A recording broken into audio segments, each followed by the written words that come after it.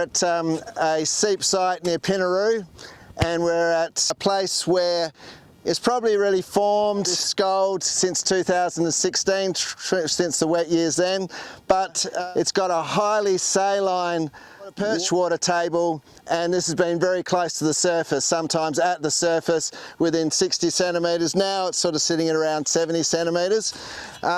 So what can you do in this situation?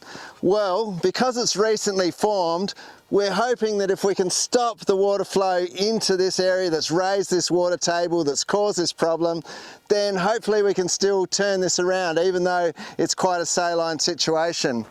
So initially we're trying to get cover and growing things on the scalded area in the discharge zone, and initially the farmer put out heaps of straw, but the problem is, even though the straw creates a good cover and may start to stop some of the evaporation, as you can see here, what's happened because it's so salty with the water table, all that salt has just, made it to the surface, to the top of the straw, and just made crusty straw that's highly saline.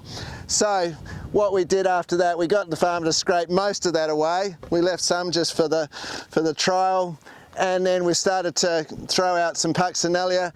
And the good thing is that around the edges and even through some of the centre areas, we have got some Puccinelia growing. So that gives us hope that even in this highly saline situation, if we can get this over the next couple of years to fill in with the Puccinelia, we'll get good soil cover, we'll get those roots growing and taking the water from beneath, not allowing that salty water to get to the surface and leaving all the salt at the surface. So hopefully over time, even in this situation, we can bring even this bare scald back into at least grazing production. At this site where we've got highly saline perch water table, reasonably recently formed, but a very big scald. Just down there is a smaller scald, but again, similar situation.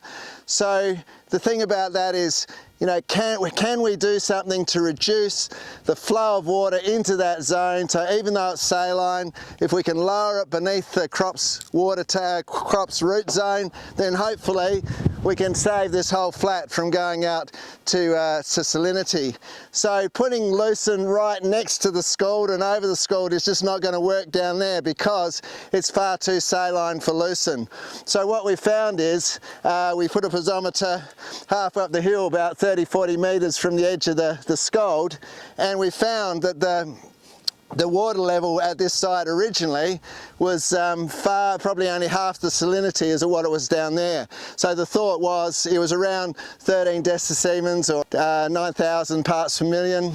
And we thought, yeah, mature lucerne can actually get its toes into that sort of water. If it can start to lower that water table to drink it, or even just take the fresh water off the top as it's coming through from this sandhill, then if we can impact that, then we can impact down there. The good thing is that, okay, that's the highly saline water down there, off and off colour. I just went to get us a sample here, which is normally sitting at about 1.8 metres, and it's actually dried out.